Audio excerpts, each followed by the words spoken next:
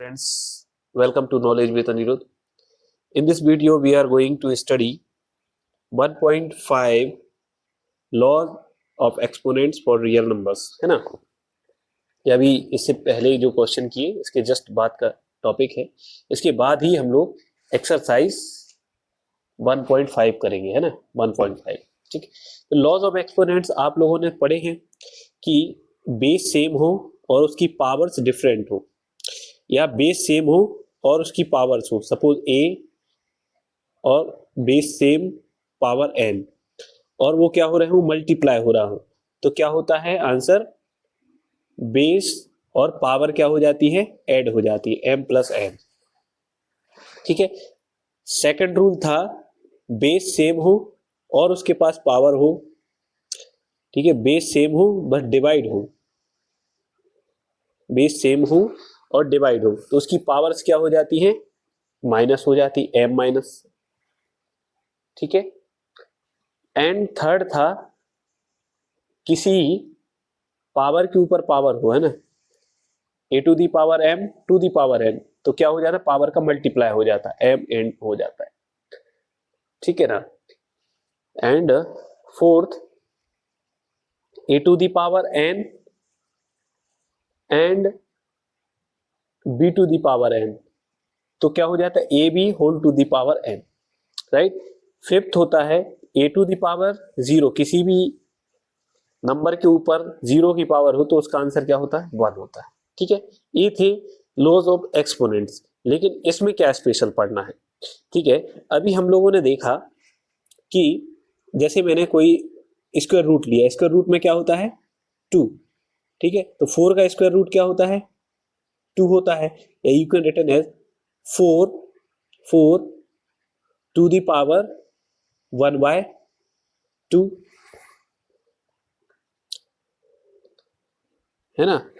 Sorry, 4 का square लिख सकते हैं, 4 ऐसा, है ना। अब लेकिन मैंने बोला जैसे अंडर रूट स्क्वायर रूट निकाल रहा है 4, इसको क्या मैं, स्क्वायर रूट है तो क्या 4 के ऊपर 1/2 लिख सकते हैं।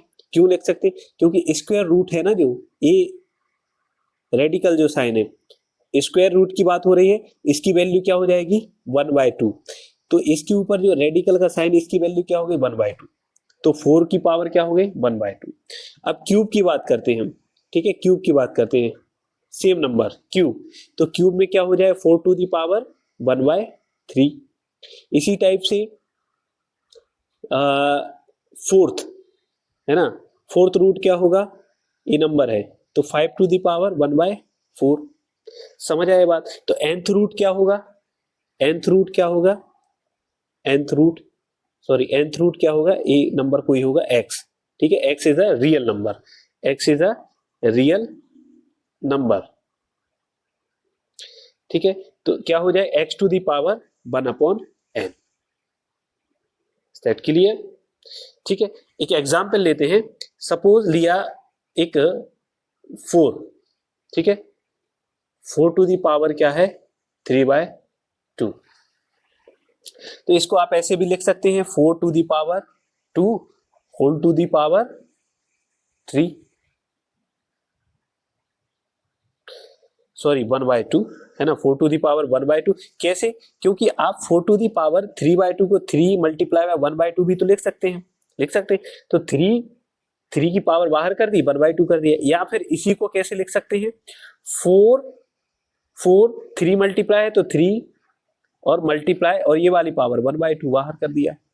ठीक है, 1/2 की वैल्यू क्या होती है, रूट होती है। तो इसी को आप रूट फोर और इसकी पावर क्या हो गई, 3। या इसी को क्या लिख सकते हैं, 4 to the power 3 under root 2, है ना, इसकी पावर इसकी वैल्यू क्या होती है, रूट होती है। तो ऐसा कर सकते हैं, आंसर सभी के सेम आएंगे। देखिए कैसे आएंगे, इसको सॉल्व किया तो क्या हो जाएगा, 4 का रूट निकाला तो क्या आया, 2 टू दी पावर 3 की वैल्यू क्या है, 2 2 जा 4 2 जा 8। सेम इधर किया 4। ठीक है, 4 का क्यूब क्या होता है, 4 4 जा 16, 16 4 जा 64, 64 का अंडर रूट क्या होगा 8, तो आंसर दोनों में सेम आए। समझ आए बात? तो यहां से एक रूट निकल के आया, क्या आया आपकी बुक में भी है, a to the power m upon n है इफ, तो क्या हो जाएगा, इसको आप दो तरीके से लिख सकते हैं। ये क्या है, स्क्वायर रूट की value, n is the natural number, ठीक है। तो जनरली हम n को स्क्वायर रूट के फॉर्म में लेते हैं, ठीक है, a, और इसकी पावर क्या हो जाएगी m, या इसी को क्या लिख सकते हैं,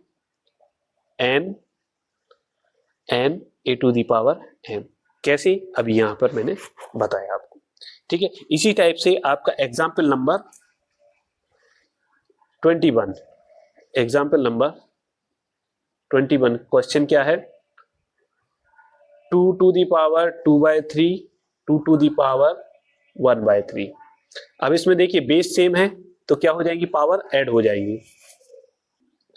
तो क्या हो जाए, बेस सेम है तो पावर्स क्या हो जाएंगी, ऐड, 2/3 प्लस 1/3 क्या हो गया, 2 to the power 3 plus 3, answer क्या हो गया 2।